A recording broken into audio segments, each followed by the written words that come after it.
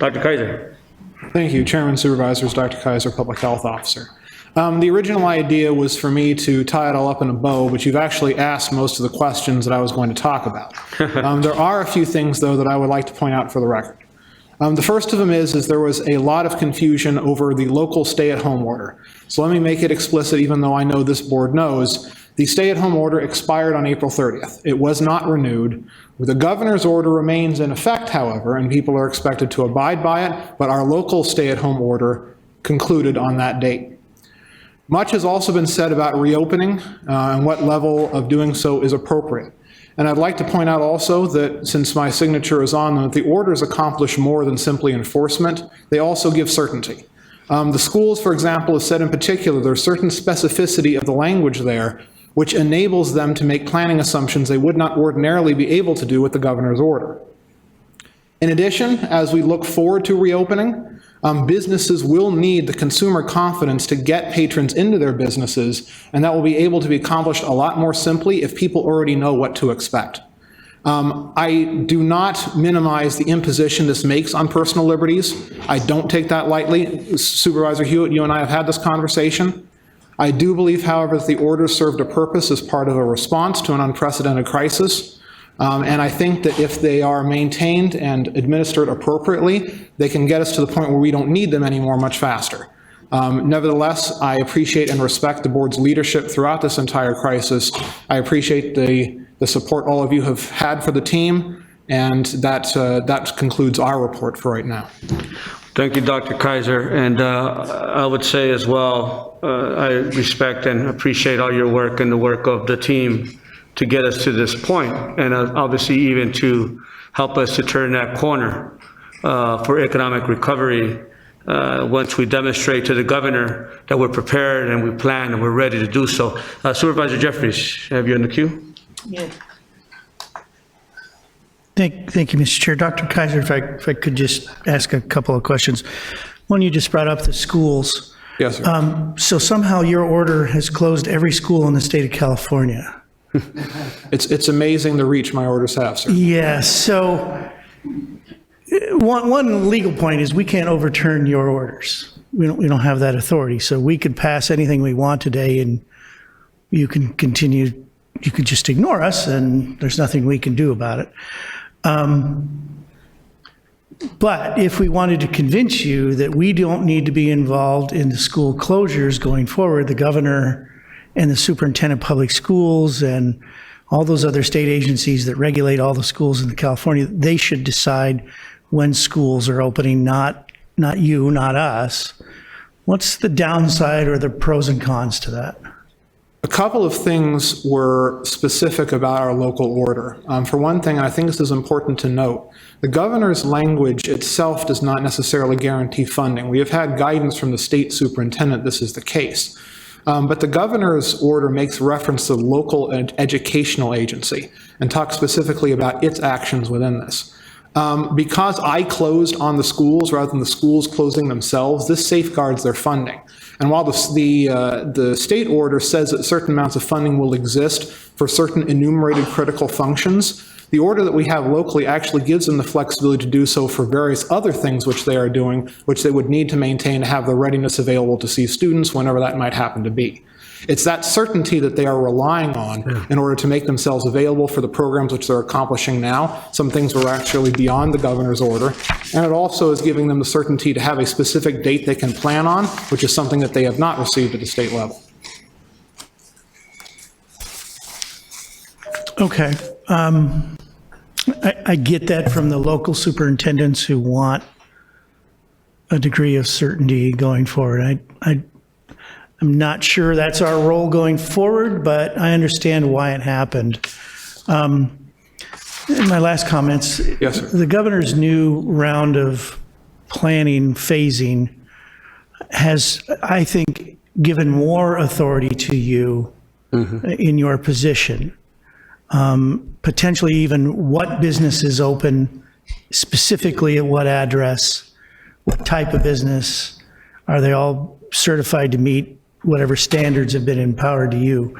Can you elaborate as to what's correct and what's not correct with that assumption and what it sounds like the governor has now transferred to all 58 county health officers across the state? What what you're talking about is the acceleration plan from stage 2 to stage 3, essentially.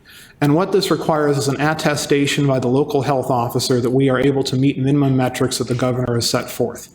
What this does not do is, and what I don't want to do, and we pointed this out earlier, the original stay-at-home order that we had locally said nothing about what was an essential business or not. If you were able to keep the occupancy limit low, go about your business. We wanted to make sure that the social distancing was inherent in the occupancy limits. We didn't say anything about the nature of the business itself. The essential, non-essential characteristic is still coming from the governor's office. They are still defending that. The acceleration plan relates to us demonstrating our readiness so that we are able to respond appropriately, we're able to detect when we have new cases, we're able to make sure that we have protections within our medical system, and we need to make sure that also that our individual businesses are ready. We will continue to use the state guidance where appropriate. For example, this week we expect guidances to come out for the 16 essential sectors the governor has already defined, and we expect to hear 3 more which he is adding to that list. I don't add or change anything that occurs at that level, nor does the governor's orders empower me to do so. What I will be making, though, is an attestation not only to the state, but also to the public and to the voters to demonstrate that we have the facilities in place to deal with any possible occurrence that may be out there, to make sure that we can track down those cases, deal with those sporadic outbreaks, and that we can conduct as normal a form of business or daily lives as we can with those protections in place. Okay. And my last observation, Mr. Chair. Kevin, before you leave that point, Go ahead, jump in. because the doctor's answer to that question, I think, may come across as overly complicated. And we're attempting to try to reduce a level of confusion. Sure. And so as I understand it, and you and I have spoken about this on the phone, the governor is going to make an announcement on Thursday that will take effect for Friday. And essentially, it is phase 2 businesses that will be allowed to go back into operation with some guidelines that the governor is saying, not us. And you shared with me yesterday that the county doesn't play any role in deciding what those businesses are. That is correct, sir. The role that the county will play is how quickly we accelerate through phase 2. And that will be based on some of the things you just outlined, our ability to absorb a surge, our testing ability, our ability to verify that these guidelines are in place. And so it behooves us, I think, to work towards that to achieve the outcomes that businesses want, so that we can accelerate more quickly through phase 2. What it also gives, that I heard on the CSAC conference call the other day, was that it gives us the ability to have regional variations or variances. In other words, someone made a reference to Modoc County and what they're doing. Well, Modoc County doesn't have any cases, and they also have a population of 994 people, 9,994 people. So vastly different than Riverside County. And so therefore, how they approach reopening might be entirely different than what Riverside County might do. But I think going forward, we're going to need to try to simplify the parameters so that, because when we don't, people lose patience with us. And I think actually, rather than us pointing out what we can't do, there's a lot of things going forward that we will be able to do. I prefer to see the glass as half full, not half empty. Is that? Supervisor, actually having been to Alturas, Highway 395 goes right down the main street, and yeah, the situation is very different there than it is here. But nevertheless. Cute little town. Say again? Cute little town. It is a nice town, actually. I think it was sort of a Bishop Jr., but anyway. Yeah. The long and short of it is, though, is that, yes, the attestation would give us the ability to accelerate our process through stage 2 to stage 3. We believe that it would open up certain particular sectors, which the governor has defined. Again, that is not a definition the county or myself makes. We don't know what those sectors are specifically, but clearly we would like to open as many sectors as we can safely do.